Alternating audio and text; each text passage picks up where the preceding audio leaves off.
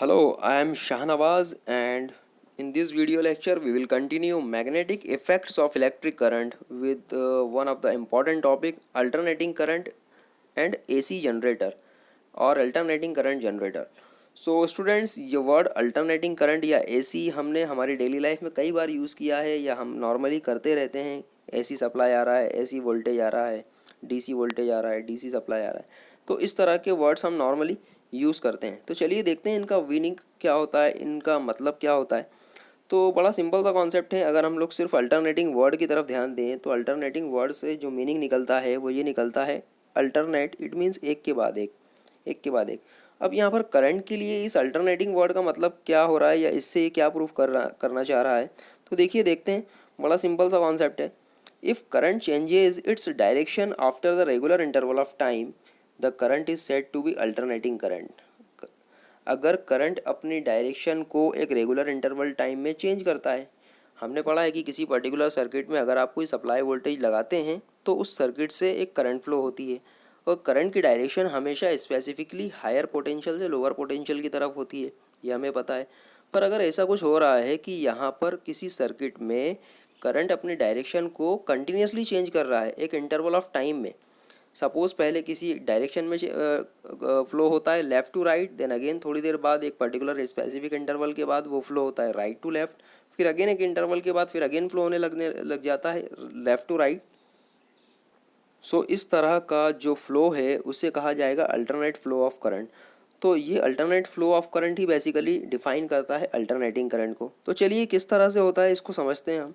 यहाँ पर आप देखिए, आपके सामने दो सर्किट नज़र आ रहे हैं आपको। ये दो सर्किट बेसिकली एक ही सर्किट है जो दो अलग अलग सिचुएशंस को डिफाइन कर रहे हैं यहाँ पर। तो सपोज़ फर्स्ट कंसिडर करते हैं हम, सपोज़ आपने किसी पर्टिकुलर सर्किट में एक सप्लाई वोल्टेज वी लगा के रखा हुआ है। अब यहाँ पर ध्यान दीजिए, आपने जो वी लगाया हुआ है वो एक साइनसोइडल वोल्टेज है। साइनसोइडल का मतलब ये है कि ये बेसिकली अपनी पोजीशन को या अपनी पोलरिटी को कंटिन्यूसली चेंज कर रहा है। देखिए नीचे फॉर एग्जांपल, अगर इस सर्किट में आप ये एक वेवफॉर्म नजर दिख रही है आपको, ठीक है। आप सब समझिए कि जो वी की वैल्यू है वो भी कुछ इसी तरह की है, ठीक है, कि वो कंटिन्यूसली अपनी पोजीशन को चेंज कर रहा है विद रिस्पेक्ट टू टाइम। किस तरह से, देखिए सबसे पहले इसको समझ लेते हैं हम लोग, जो अभी अल्टरनेटिंग करंट के बारे में हमने पढ़ा। तो ये बेसिकली जो आपको जो सर्किट अभी नज़र आ रहा है सामने, सॉरी इट्स वेव फॉर्म।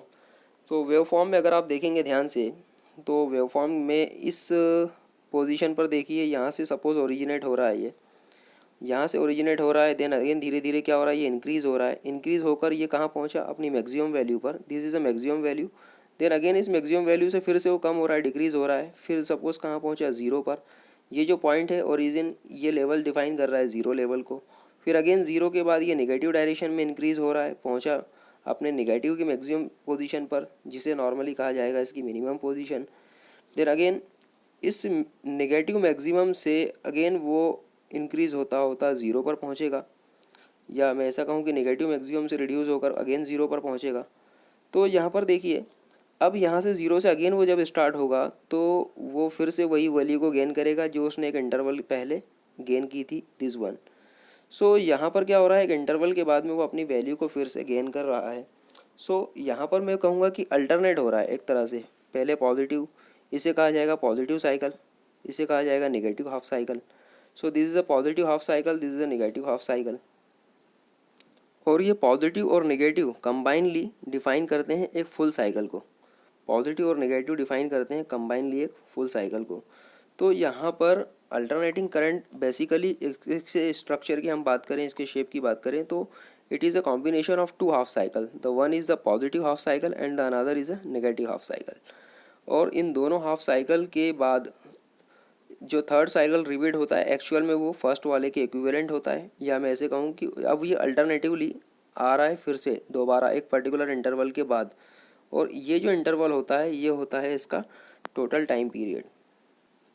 किस तरह से कि फॉर एग्जांपल यहाँ पर, क्योंकि एक इस पर्टिकुलर टाइम पीरियड में इसका एक पॉजिटिव हाफ साइकिल और एक नेगेटिव हाफ साइकिल कंप्लीट हो गया, तो this is called the total time period T. तो आप देखेंगे इस टाइम पीरियड टी के बाद फिर से अगेन ये रिपीट हो रहा है। यहाँ पर भी टोटल जो टाइम पीरियड होगा टी होगा, फिर इस टाइम पीरियड टी के बाद फिर अगेन ये रिपीट होगा। तो इस तरह से ये प्रोसेस पूरा चलता जाएगा और अल्टरनेटिवली आपको हर पॉजिटिव हाफ साइकिल के बाद में एक नेगेटिव हाफ साइकिल और हर नेगेटिव हाफ साइकिल के बाद में एक पॉजिटिव हाफ साइकिल मिलता रहेगा, तो हम इसे कहेंगे कि अल्टरनेटिवली पॉजिटिव हाफ साइकिल और नेगेटिव हाफ साइकिल क्या हो रहे हैं, रिपीट हो रहे हैं। That's why it is called the alternating current. अब यहाँ पर मीनिंग क्या है, इस पॉजिटिव हाफ साइकिल का मीनिंग क्या है और नेगेटिव हाफ साइकिल का मीनिंग क्या है, चलिए वो देखते हैं। सो अगेन इसे समझने के लिए हम ये सर्किट कंसिडर कर रहे हैं, जो आपको क्लियर हो रहा होगा, अभी थोड़ी देर पहले हमने डिस्कस किया। सो यहाँ पर जो V वोल्टेज आपने अप्लाई कर रखा है, इस V वोल्टेज का जो स्ट्रक्चर है वो क्या है, बेसिकली इसी तरह का एक वेवफॉर्म है, जिसमें एक पॉजिटिव हाफ साइकिल और एक नेगेटिव हाफ साइकिल है। आप कंसिडर कीजिए उसमें क्या है, एक पॉजिटिव हाफ साइकिल एंड एक नेगेटिव हाफ साइकिल।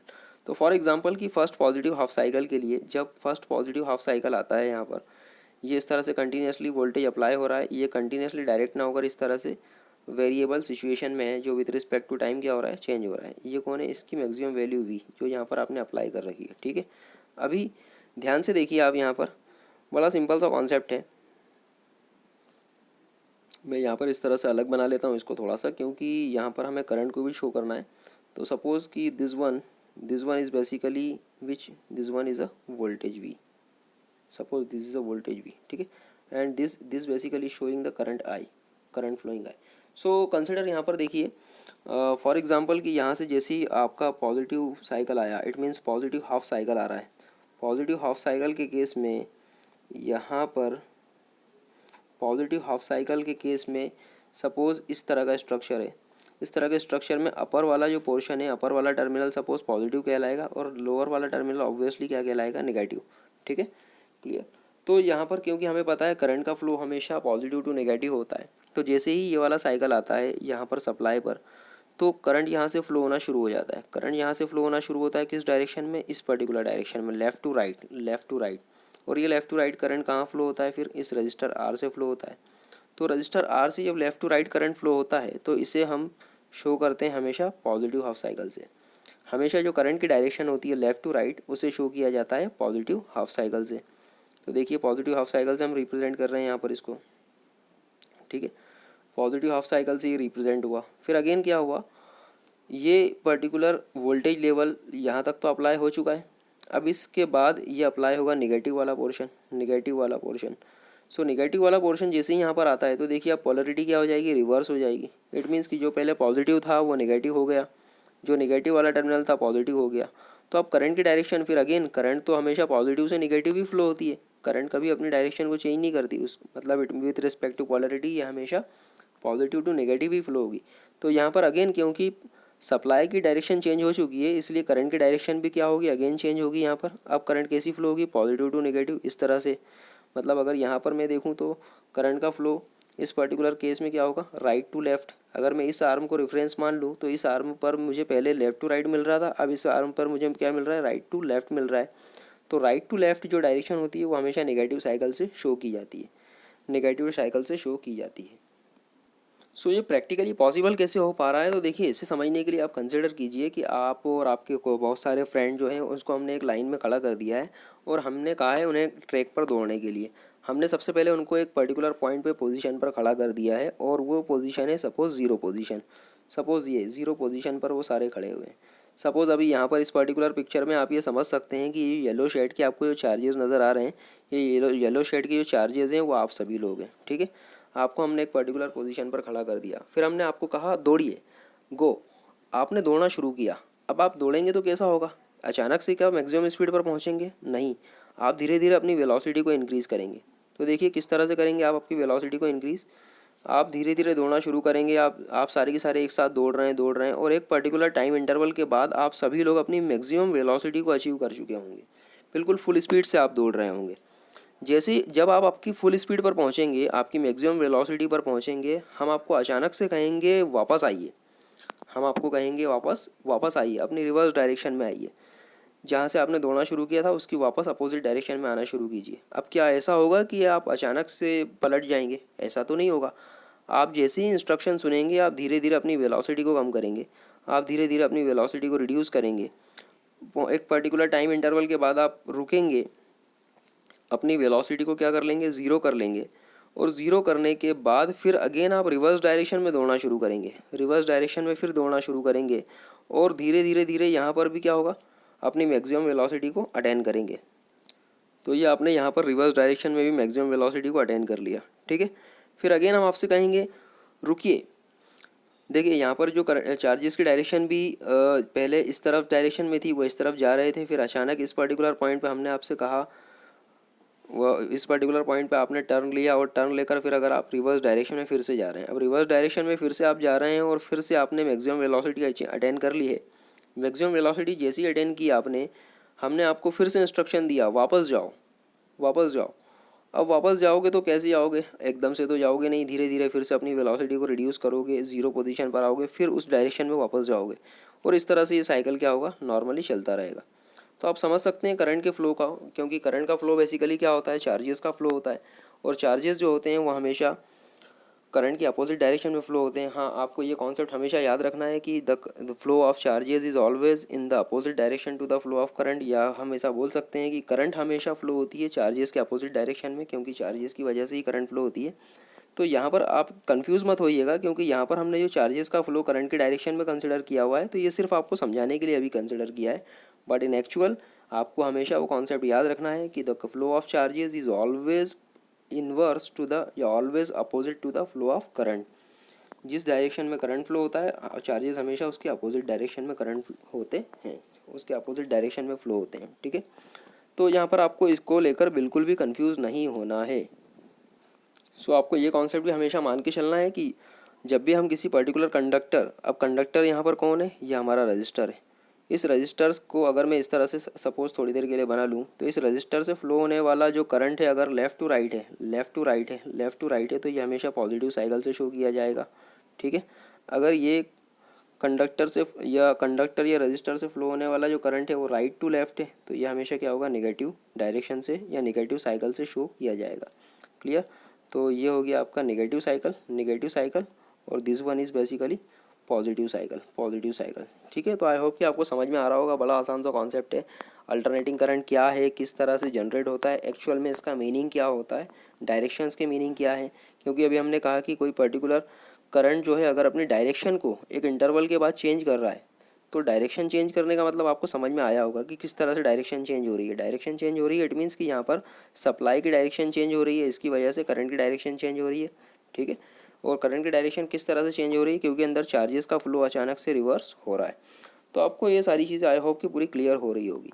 अब जैसा कि हमने कहा कि बेसिकली अल्टरनेटिंग करंट जो होता है, इसका सोर्स क्या होता है, कहाँ से जनरेट होता है, तो ऑब्वियसली करंट को जनरेट करने के लिए हमारे पास होते हैं जनरेटर्स। करंट को जनरेट करने के लिए हमारे पास होते हैं जनरेटर्स, इस इलेक्ट्रिसिटी जनरेटर। अब क्योंकि इलेक्ट्रिसिटी हमने दो तरह की पढ़ी है, एसी एंड डीसी, करंट को हमने दो तरह से पढ़ा है, एसी एंड डीसी। और डीसी क्या होता है, डीसी हम नेक्स्ट लेक्चर में ऑलरेडी डिफाइन करेंगे, मैं कह चुका हूँ। डीसी को हम लोग इसके बाद जो नेक्स्ट लेक्चर है उसमें हम डीसी करंट और डीसी जनरेटर के बारे में पढ़ेंगे। तो ऑब्वियसली यहाँ से क्लियर हो रहा है कि generator is basically what, generator basically AC तरह के हो सकते हैं, डीसी हो सकते हैं, और जनरेटर क्या होते हैं, जो इलेक्ट्रिसिटी को जनरेट करते हैं, जो इलेक्ट्रिसिटी जनरेट करते हैं। अब इलेक्ट्रिसिटी किस तरह से जनरेट करते हैं, तो बड़ा सिंपल सा कॉन्सेप्ट है, ये एक्चुअल में अपनी मैकेनिकल एनर्जी को इलेक्ट्रिकल एनर्जी में कन्वर्ट करते हैं।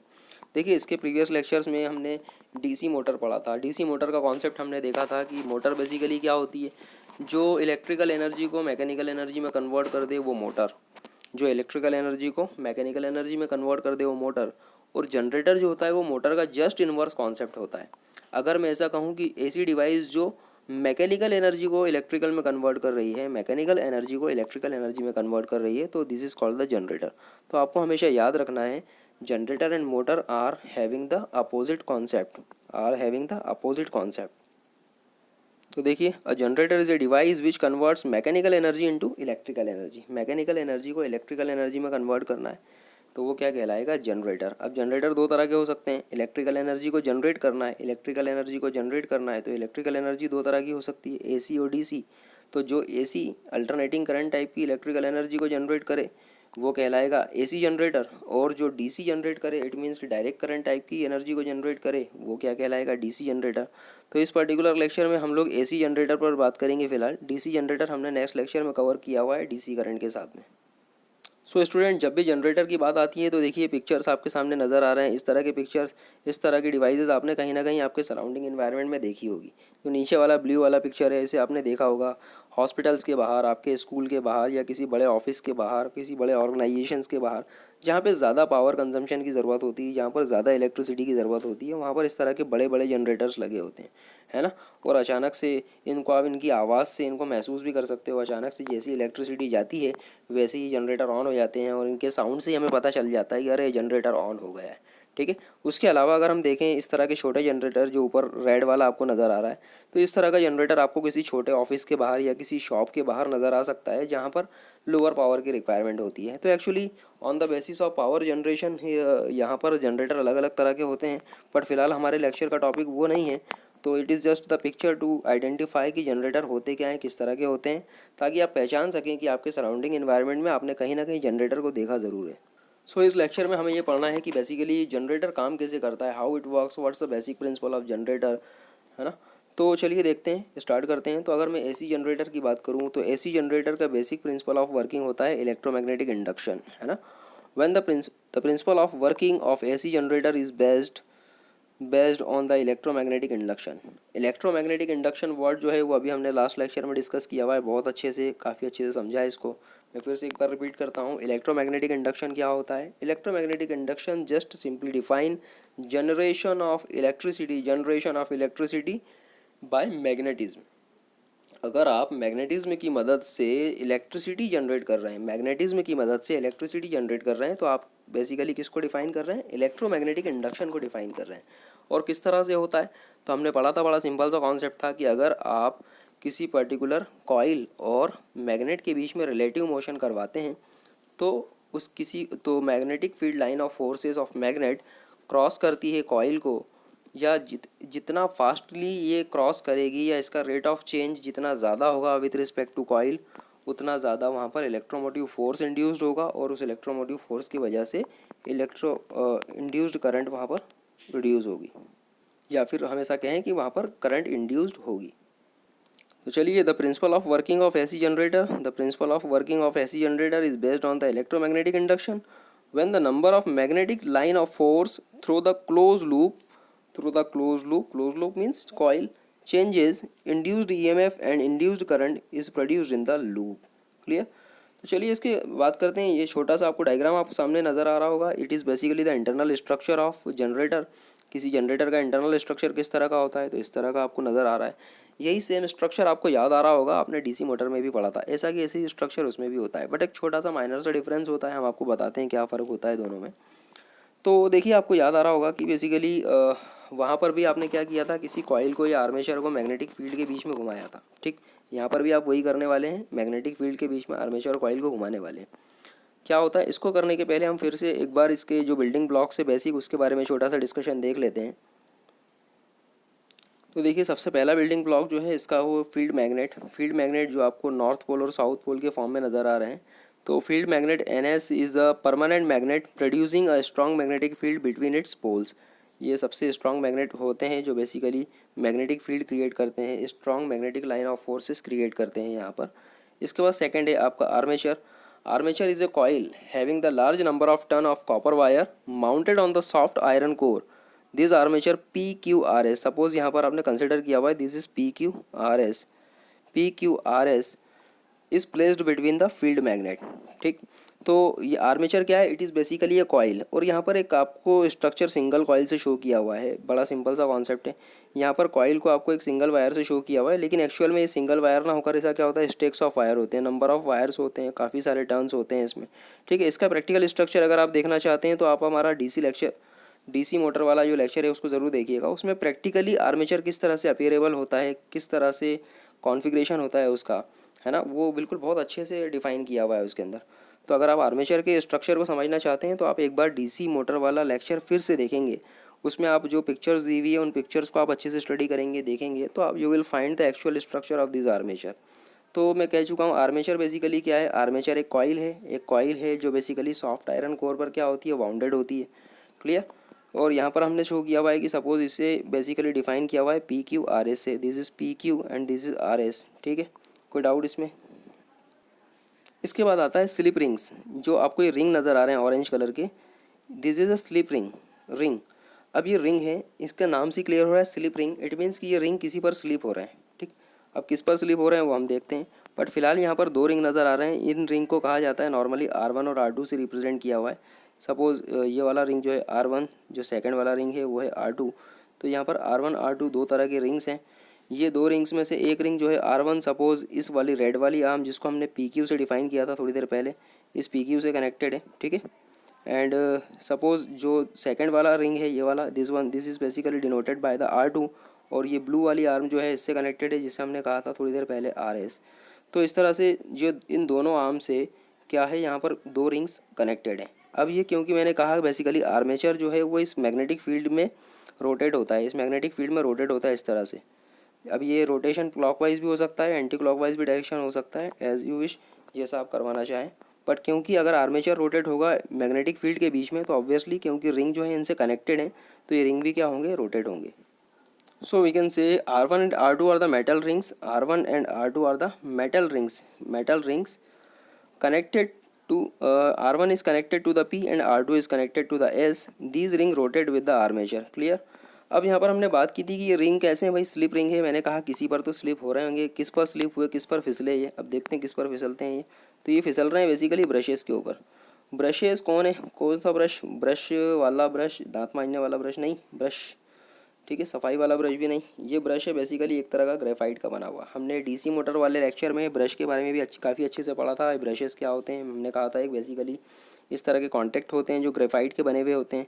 ग्रेफाइट के इसलिए बने हुए होते हैं क्योंकि कंडक्टिंग प्रॉपर्टी भी होती है, और साथ में क्या होते हैं, बड़े चिकने होते हैं, लुब्रिकेशन इनका अच्छा होता है, सेल्फ लुब्रिकेटिंग की प्रॉपर्टी होती है। बार बार ऑयल वगैरह ये सब डालने की ज़रूरत नहीं होती है आपको, अपने आप में से ही लुब्रिकेशन क्रिएट कर लेते हैं ये।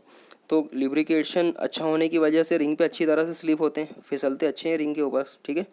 तो इसलिए बेसिकली इन्हें कहा जाता है स्लिप रिंग, और ये बेसिकली कहलाते हैं ब्रशेस। ब्रश की तरह बिल्कुल हल्के हल्के से चलते हैं इसके ऊपर, या स्लाइडिंग कॉन्टैक्ट भी कहा जाता है क्योंकि ये फिसल रहे हैं रिंग के ऊपर। तो ये जो ब्रशेस है इसको कहा जाता है normally B1 B2 carbon brushes भी कहते हैं इनको, जैसा यहाँ पर नाम लिखा हुआ है।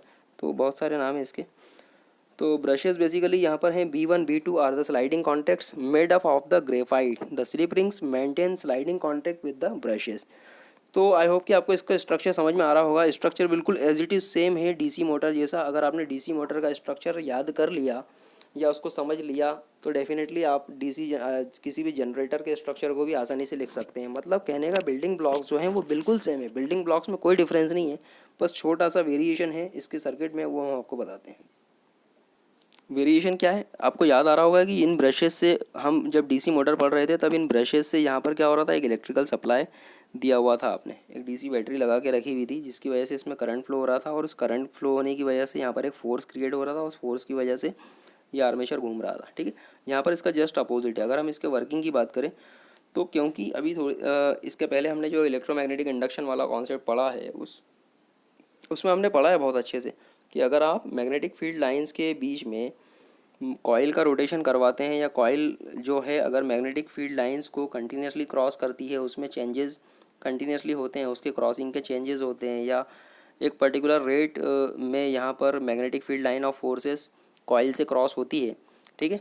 तो यहाँ पर कॉइल में से एक करंट इंड्यूस्ड हो जाता है। अभी थोड़ी देर पहले हमने इलेक्ट्रोमैग्नेटिक इंडक्शन का कॉन्सेप्ट देखा, तो कॉइल से क्या होता है, करंट इंड्यूस्ड हो जाता है। तो यहाँ पर भी सेम कॉन्सेप्ट है कि आपको आपके सामने एक कॉइल है, मैग्नेटिक फील्ड है, आप क्या कर रहे हैं, मैग्नेटिक फील्ड को के बीच में इस कॉइल को घुमा रहे हैं, रोटेट कर रहे हैं। इट मीन्स कि मैग्नेटिक फील्ड ऑफ लाइंस जो यहाँ से निकल रही है, ठीक है, ये कंटिन्यूसली क्या होगी, जब ये रोटेट होगी इस तरह से, अभी देखो जिस तरह से हॉरिजॉन्टल लग रहा है आपको, बाद में ये रोटेट होगा तो क्या होगा, ये पोजीशन वर्टिकल हो जाएगा।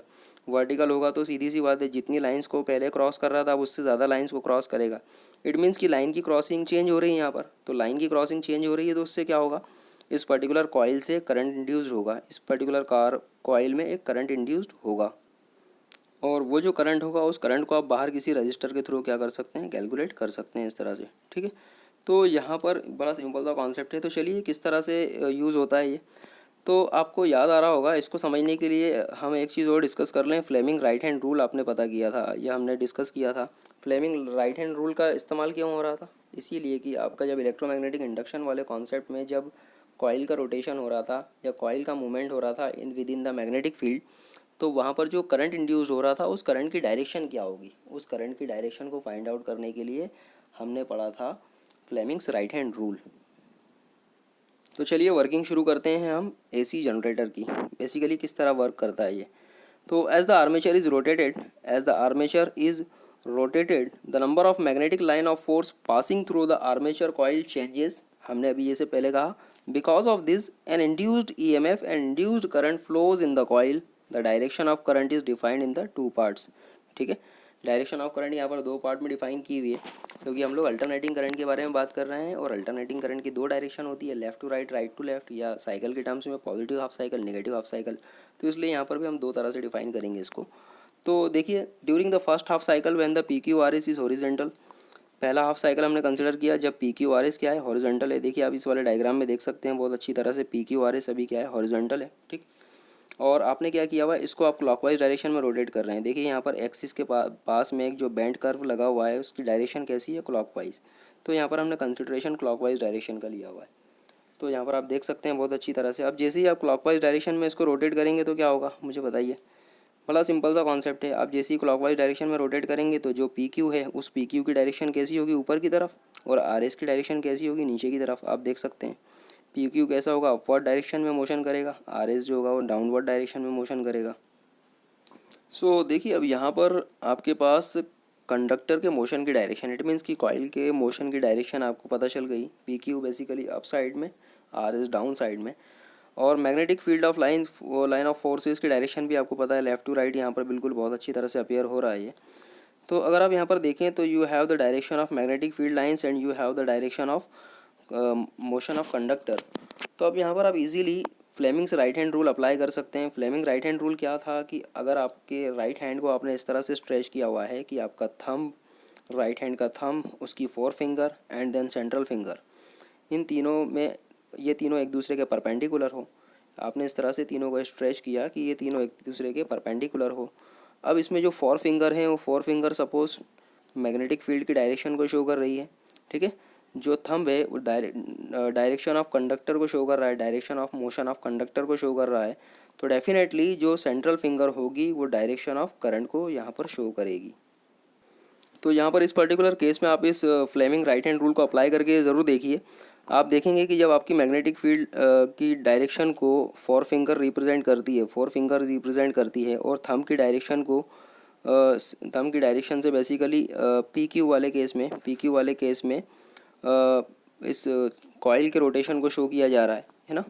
बेसिकली पी क्यू की डायरेक्शन अभी ऊपर की तरफ है, अपवर्ड डायरेक्शन में। तो पी क्यू जो direction of motion of the conductor है वो इस थंब से शो किया जा रहा है। तो आप देखेंगे जब आप इसको मैनेज करेंगे, आपके हाथ को इस तरह से ओरिएंट करेंगे यहाँ पर, तो जो सेंट्रल फिंगर की डायरेक्शन इस तरह से अपर साइड में डायरेक्शन होगी, इस तरह से ऊपर की तरफ होगी, जो ये शो कर रही है कि पी क्यू में जो करंट का फ्लो है कैसा है, P to Q, P to Q. Clear. तो यहाँ से आपको समझ में आ रहा होगा। फ्लेमिंग का राइट हैंड रूल आप आपके हाथ से अप्लाई करके देखिए, यहाँ पर आसानी से बिल्कुल आपको समझ में आएगा। आपकी जो फोर फिंगर है वो इस नॉर्थ टू साउथ डायरेक्शन में होना चाहिए, मैग्नेटिक फील्ड की डायरेक्शन में। जो थंब है वो थंब डिफाइन होना चाहिए इस मोशन ऑफ कंडक्टर के डायरेक्शन में, इट मीन्स की अपवर्ड डायरेक्शन में। तब आप देखेंगे आपकी सेंट्रल फिंगर जो होगी वो इस तरफ डायरेक्शन में, पी से क्यू डायरेक्शन में शो इंडिकेशन दे रही होगी। So during the first half rotation when the P Q R S is horizontal, हमें क्लियर हो रहा है, figure A already showing the armature rotating clockwise direction, the segment P Q moving upward, the segment P Q moving upward and the segment R S moving downward. By Fleming's right hand rule, the PQ flows from the P to Q in the segment PQ, from the R to S in the segment RS. The current flows from the right to left in the external circuit through the R. Clear? Similarly हम यहाँ पर देखेंगे, अभी हमने Fleming's right hand rule apply किया हुआ है कहाँ पर, पी क्यू के लिए। अब सिमिलरली आप फ्लेमिंग का राइट हैंड रूल अप्लाई कीजिए इस आर एस के लिए भी। आर एस के लिए जब आप अप्लाई करेंगे तो आप देखेंगे अब आपके हाथ को, राइट हैंड को इस तरह से ओरिएंट करेंगे कि इसकी जो फोर फिंगर है वो रिप्रेजेंट करेगी again north to south pole की तरफ, इस तरह से इस डायरेक्शन में। और अगेन यहाँ पर अब क्योंकि direction of motion of conductor इस आर एस के लिए क्या हो गया, डाउनवर्ड हो गया। इट मीन्स कि पहले ही कंडीशन का जस्ट अपोजिट, आप आपके हैंड को रोटेट करेंगे, आपके थंब की डायरेक्शन अब क्या हो जाएगी, डाउनवर्ड। सो जो सेंट्रल फिंगर है जो पहले इस तरफ डायरेक्शन में शो कर रही थी, अब उसकी डायरेक्शन क्या हो जाएगी, ये वाली, दिस वन, इसकी अपोजिट डायरेक्शन। तो आप यहाँ पर देखेंगे कि आपका जो करंट का फ्लो है इस आर एस में, उसकी डायरेक्शन क्या हो गई, R to S, R to S. तो अब देखिए यहाँ पर आप ध्यान से कि अगर करंट फ्लो हो रही है यहाँ पर पी से क्यू, और फिर अगेन यहाँ पर R S, P Q R S, तो बहुत आसानी से आप देख सकते हैं कि जो बाहर एक्सटर्नल सर्किट में रजिस्टर लगा हुआ है, उस रजिस्टर में डायरेक्शन क्या होगी, तो ऑब्वियसली करंट इस तरह से फ्लो होती हुई आ रही है, यहाँ से फ्लो होगी, तो रजिस्टर में डायरेक्शन होगी इसकी right to left, right to left.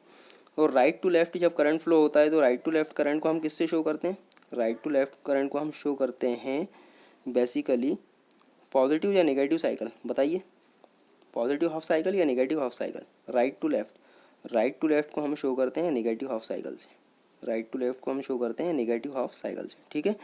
तो यहाँ पर आपका नेगेटिव हाफ साइकिल जनरेट हो गया है इस पर्टिकुलर पोर्शन की मदद से। अब देखिए अगेन क्या हुआ, अब ये रोटेट हो गया है पूरा, हाफ रोटेट हो गया है, ये ऊपर की तरफ गया था पी क्यू, आर एस नीचे की तरफ आया था। तो अब देखो यहाँ पर ये हाफ रोटेट होने के बाद इस तरह से हो गया, पी क्यू इधर आ गया, आर एस इधर आ गया, ठीक है, आप एज्यूम कर सकते हैं बहुत अच्छी तरह से। तो यहाँ पर भी आपको क्या करना है अगेन, अब क्योंकि ये तो क्लॉकवाइज डायरेक्शन में कंटिन्यूसली रोटेट हो रहा है ना, तो अभी हमने हाफ रोटेशन के लिए देखा कि आर में जो करंट फ्लो हो रहा है वो कैसा था, राइट टू लेफ्ट फ्लो हो रहा था। अब बचा हुआ जो हाफ रोटेशन है ना, बचा हुआ जो हाफ रोटेशन है, जहाँ पर अब आर एस की पोजीशन इस तरफ आ चुकी है और पी क्यू की पोजीशन इस तरफ आ चुकी है, यहाँ पर देखते हैं करंट की डायरेक्शन क्या होगी। तो यहाँ पर भी आप फिर से देखिए एक बार कि जो आपका मैग्नेटिक फील्ड की डायरेक्शन तो बिल्कुल एज इट इज़ सेम है, क्योंकि अब आपका आर्मेचर क्लॉकवाइज डायरेक्शन में घूम रहा है। तो अब यहाँ पर जो आर एस होगा या एस आर होगा उसकी डायरेक्शन क्या होगी, अपवर्ड, और क्यू पी या पी क्यू की डायरेक्शन होगी डाउनवर्ड, ठीक। तो आप यहाँ पर भी Fleming right hand rule apply करके देखिए, बिल्कुल आप यहाँ पर भी सेम पोजीशन आ गई, जो अभी पी क्यू के लिए थी वो अब आर एस के लिए हो गई। करंट की डायरेक्शन क्या होगी, इस डायरेक्शन में होगा करंट यहाँ पर। सिमिलरली आर एस के केस में भी क्या होगा, करंट का डायरेक्शन ये वाला होगा। आप फ्लेमिंग का राइट हैंड रूल अप्लाई करके देखिए, ठीक है। सेम पोजीशन जो अभी हमने यहाँ कंसिडर की थी, सेम टू सेम कंडीशन ये है, सिर्फ नोटेशन बदल गए, पी क्यू की जगह आर एस आ गया, आर एस की जगह पी क्यू आ गया, बाकी करंट का फ्लो बिल्कुल एज इट इज़ सेम रहेगा, ठीक है। तो करंट का फ्लो यहाँ पर भी क्या रहेगा, already S R Q P, S R Q P. अब देखिए यहाँ पर भी अगर आप देखेंगे तो बड़ा ध्यान से देखिए, यहाँ पर सर्किट में थोड़ा सा जूम करके नहीं दिखा पाऊँगा आपको मैं, बट आप यहाँ पर देखिए करंट का जो फ्लो हुआ इस तरह से एस आर क्यू पी। तो ये देखिए क्यू पी का कनेक्शन कौन से वाले स्लिप रिंग से है, इस वाले आर वन से, है ना। क्यू पी का कनेक्शन किससे, आर वन से। तो करंट यहाँ से ऐसा फ्लो होगा and then it will come to this side. आप देख सकते हैं बहुत आसानी से, बड़ा सिंपल है। यहाँ पर करंट यहाँ तक तो आ गया क्यू पी तक, क्यू पी के बाद देखिए ये वाले पॉइंट पी से कौन सा रिंग कनेक्टेड है, आर वन रिंग कनेक्टेड है, जैसे हमने कहा था। तो इस आर वन से होता हुआ कहाँ जाएगा, इस डायरेक्शन में आएगा, फिर इस डायरेक्शन से होता हुआ इस आर टू तक आएगा वो ब्रश बी टू के थ्रू। तो यहाँ पर अब आप देखेंगे कि रजिस्टर आर में जो direction of flow of current क्या हो गई, left to right, left to right. पहले क्या हो रहा था, राइट टू लेफ्ट, देखिए पहले राइट टू लेफ्ट फ्लो हो रहा था, अब कैसा हो रहा है, लेफ़्ट टू राइट फ्लो हो रहा है। और लेफ़्ट टू राइट जो करंट फ्लो है उसको हम कौन से साइकिल से शो करते हैं, पॉजिटिव या हाफ नेगेटिव। तो obviously left to right direction show की जाती है पॉजिटिव हाफ साइकिल। तो देखिए आप यहाँ पर आप पॉजिटिव हाफ साइकिल भी बना सकते हैं। तो इस तरह से आपको दोनों साइकिल अचीव हो गए जनरेटर से, पॉजिटिव और नेगेटिव हाफ साइकिल, पहले नेगेटिव मिला फिर पॉजिटिव मिला। तो इस तरह से ये प्रोसेस कंटिन्यूसली चलती जाएगी और आपको पॉजिटिव नेगेटिव कंटिन्यूसली साइकिल मिलते जाएंगे। तो देखिए यहाँ पर सेकंड वाले केस के लिए, during the second half rotation when the PQRS is again horizontal as shown in the figure, the segment SR is moving upward and the QP is moving downward। यहाँ से दिख रहा है आपको clearly. the current in the coil moves from the S to R, यहाँ से S to R flow होगी, ठीक है, and from the Q to P in the segment QP। according to the Fleming's right hand rule in the external circuit the current flows from the left to right। Current external circuit में कैसी flow होगी, left to right. So I hope कि समझ में आ रहा होगा आपको, बड़ा सिंपल सा कॉन्सेप्ट है। So thus in the first half revolution of the current flows, thus in the first half revolution of the current flow through the resistance R from the right to left, in the second half revolution the current flows from the left to right। since the direction changes the current produces alternating current। तो बड़े simple way में आपने alternating current को produce कर लिया with the help of generator. So I hope कि ये lecture आपको समझ में आया होगा। बड़ा सिंपल सा लेक्चर था, इसमें ऐसी कोई टफ चीज़ थी नहीं, पूरा पूरा इलेक्ट्रोमैग्नेटिक कंडक्शन पे बेस्ड था, फ्लेमिंग के राइट हैंड रूल पर बेस्ड था। ये ऑलरेडी दोनों टॉपिक हमने प्रीवियस लेक्चर में ही बहुत अच्छे से कवर किया था। तो आई होप कि आपको पूरा कॉन्सेप्ट समझ में आया होगा। इस वीडियो को आप बार बार देखिए ताकि आपके कॉन्सेप्ट्स और ज़्यादा क्लियर हो पाएँ। इसके प्रैक्टिकल स्ट्रक्चर को देखने के लिए आप एक बार डीसी मोटर वाला लेक्चर ज़रूर देखिएगा। इलेक्ट्रोमैग्नेटिक इंडक्शन के कॉन्सेप्ट में अगर कोई डाउट है तो आप इलेक्ट्रोमैग्नेटिक इंडक्शन वाला लेक्चर ज़रूर देखिएगा, ठीक है। सो आई होप कि आपको ये सारी चीज़ें क्लियर हुई होगी।